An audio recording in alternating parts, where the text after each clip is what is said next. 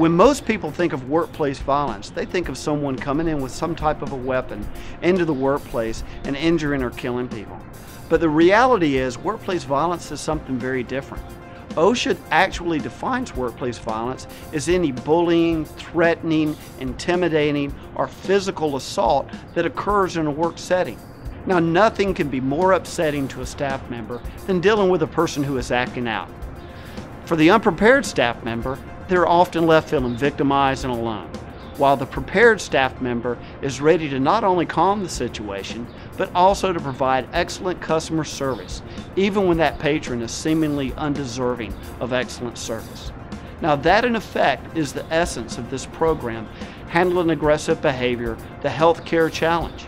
By the end of this training session, participants, both clinical and non-clinical, will better be able to handle verbal and nonverbal aggression. As we proceed with this training program, we should remember that hardly anyone wants to come to a hospital. With few possible exceptions, like having a baby or maybe plastic surgery, patients and family members of those who come to GHS are in some degree of crisis.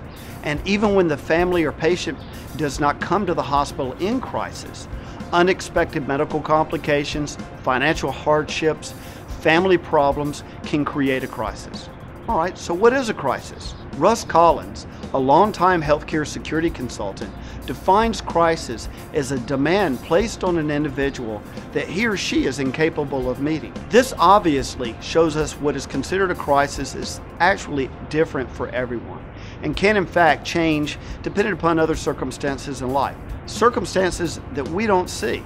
Now, for this reason, we really need to be careful and not become judgmental on anyone who may be acting out, because the reality is we have no idea what may be going on in their life that's creating a crisis that has nothing to do with the person interacting with you. And for that reason, for the person who might be acting out and for yourself, it's best to remain detached from the situation so you can respond appropriately, calm the situation down, stay safe, and keep the individual safe. Now, when someone acts out at GHS, the root cause is not always the problem that they're dealing with currently, like interacting with you. The root cause is something else. And if we realize that, it can help us to not be judgmental, to stay calm in the situation, and also just to learn how to respond instead of react. So what we're going to cover next are the 3 basics of handling aggressive behavior. Now, these basics are to stay calm, be objective, and act appropriately. Now, the ultimate goal of this program, obviously, is for us all to be safe on our job. And if we want to be safe on our job, we have to fully understand the basics of handling aggressive behavior. Now, the first basics of how to handle aggression is to stay calm. Now, that is much easier said than done when you're dealing with someone who's maybe raising their voice at you, yelling, maybe even using curse words or invading your personal space. But staying calm is very, very important. Now, the second basis of handling aggressive behavior is to be objective.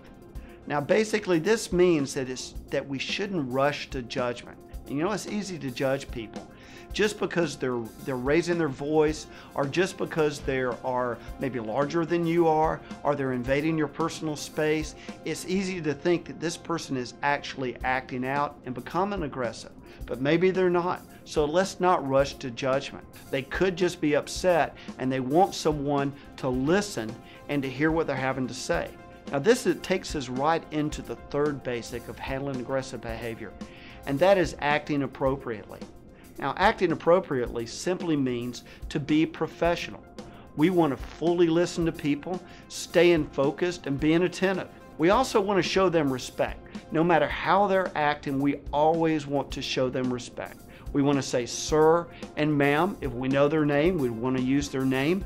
And by doing that, we're showing our professionalism, and the focus doesn't become on us. Because if we're not staying calm and acting appropriately and allowing our own anger to get in the way of dealing with the situation, we become the focus instead of the person acting out becoming the focus. Also, we want to make sure that we remain positive.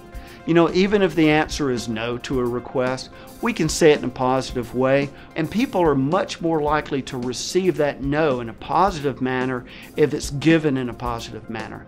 Now, none of this is a magic pill. It doesn't work for everyone, but it does help calm a situation. It's a step-by-step approach.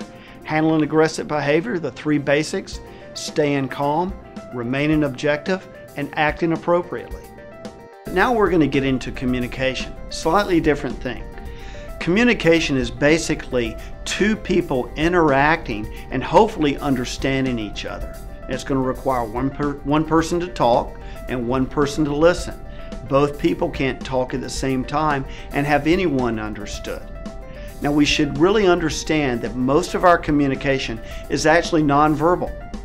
It's things like how we hold our hands, how we're standing, how we present ourselves, even the uniform we wear or the clothes that we wear while we're at work. All of these things are forms and very important for the communication. In addition to our body language, it's also very important to realize that our tone of voice has a critical role to play in our communication and whether or not someone understands us. We can ask, "May I help you?" in a very nice, helpful manner, and people are going to pick up one impression from it. But if we ask it in a sarcastic manner, they're going to pick up a totally different impression. In other words, they're going to think you're really not there to help them. Now, as we talk about tone of voice, I think that really leads us into safety considerations. The first thing that we're actually talking about is our stance. Now, our stance is very, very important, and it really relates closely to body language. And you may notice I'm standing, I have my feet about shoulder width apart. My knees are just very slightly bent. It's not like we're getting ready to play second base on the softball team. They're just slightly bent, shoulder width apart, and my strong leg is behind me. So that if someone comes at me in an aggressive manner and I need to move, I'm actually better able to defend myself and move quickly out of the way. You'll also notice my hands are out in front of me. Now, this is also very important. It deals with body language communication, because the openness of how you're communicating, people interpret that you're listening, that you care. But really what it does for you personally is by putting your hands in front of you, if somebody comes in an aggressive manner, you're able to block their move so you can get out of the way. Extremely important. Now, when you're standing and you're talking to somebody, whether you're in a patient room, you're at a reception desk, at admissions cube, it's also important to keep an eye out around you for your surroundings. Do you have an escape route?